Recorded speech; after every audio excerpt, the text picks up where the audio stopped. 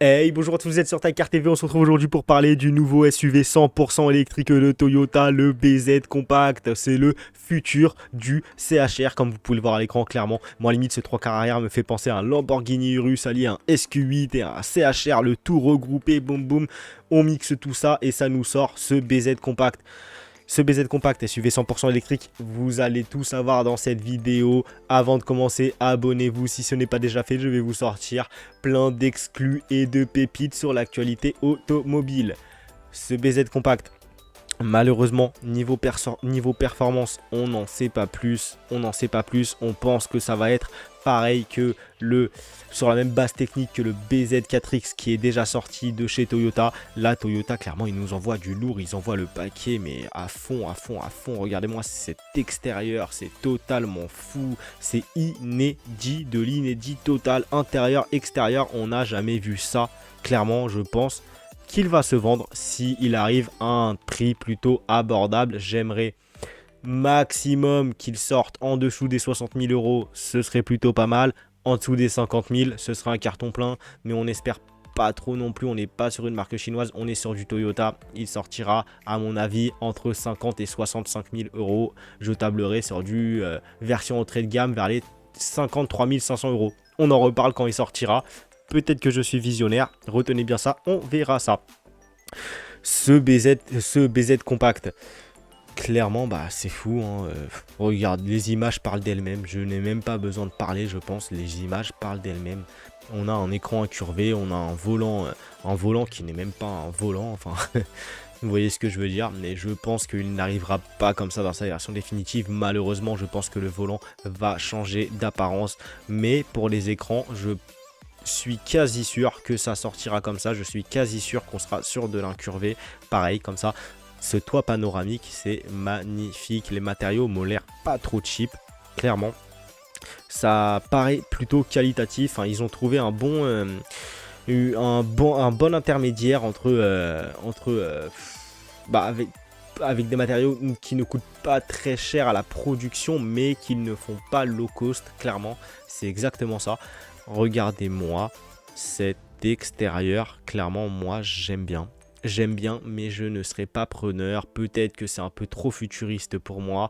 Peut-être que mon cerveau n'est pas encore prêt à franchir le cap et à passer sur ce type de design. Je sais pas, mais je pense qu'avec l'habitude, clairement, je pourrais retourner ma veste dans le futur. Clairement, on a plein de petits détails, mais c'est totalement fou. Hein. Cette signature lumineuse, c'est insane. Vraiment.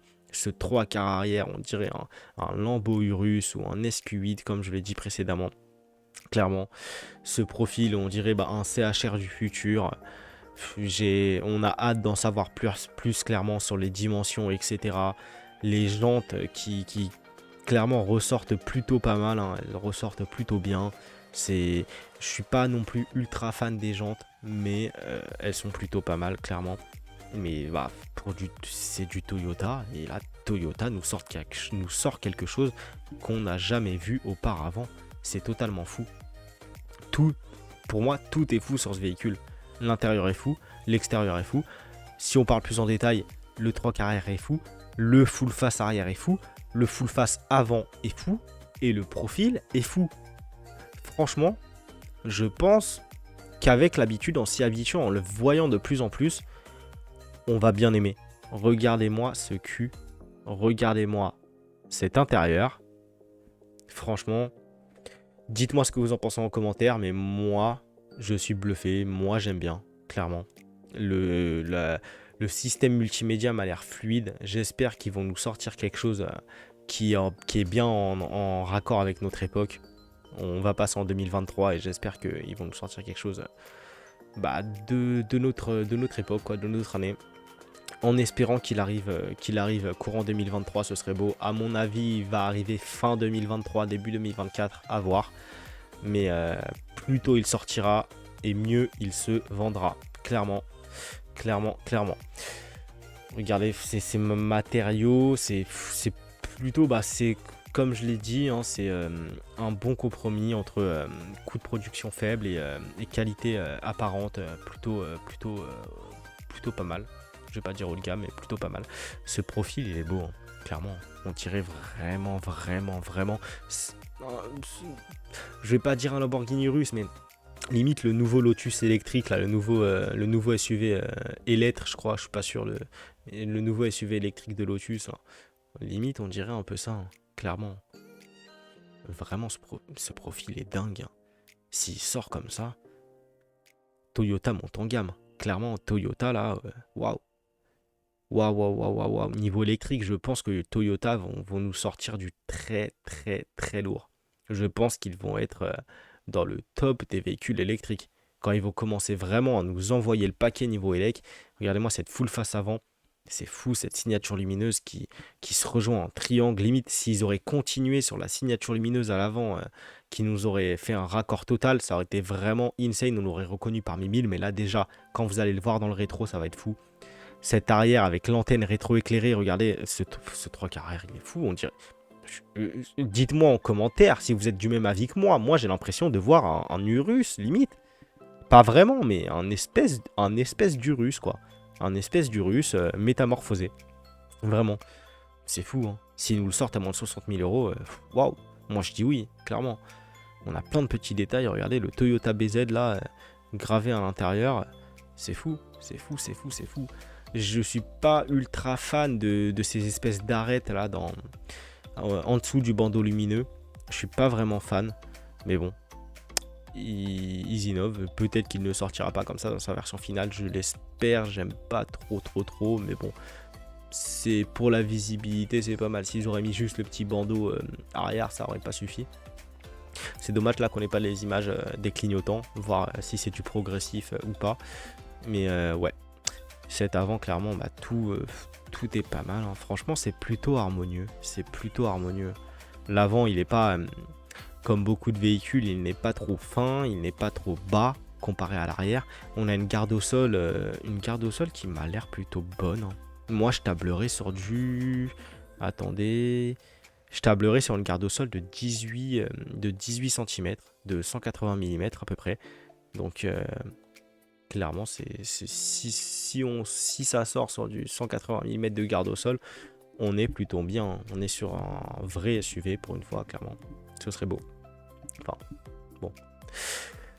Vrai SUV, 18 mm, on espérait encore mieux. Mais bon, regardez-moi ce toit panoramique.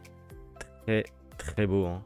Clairement, il va apporter de la luminosité à l'habitacle. C'est vraiment un véhicule qui paraît futuriste, hein, de A à Z. Cette dalle incurvée...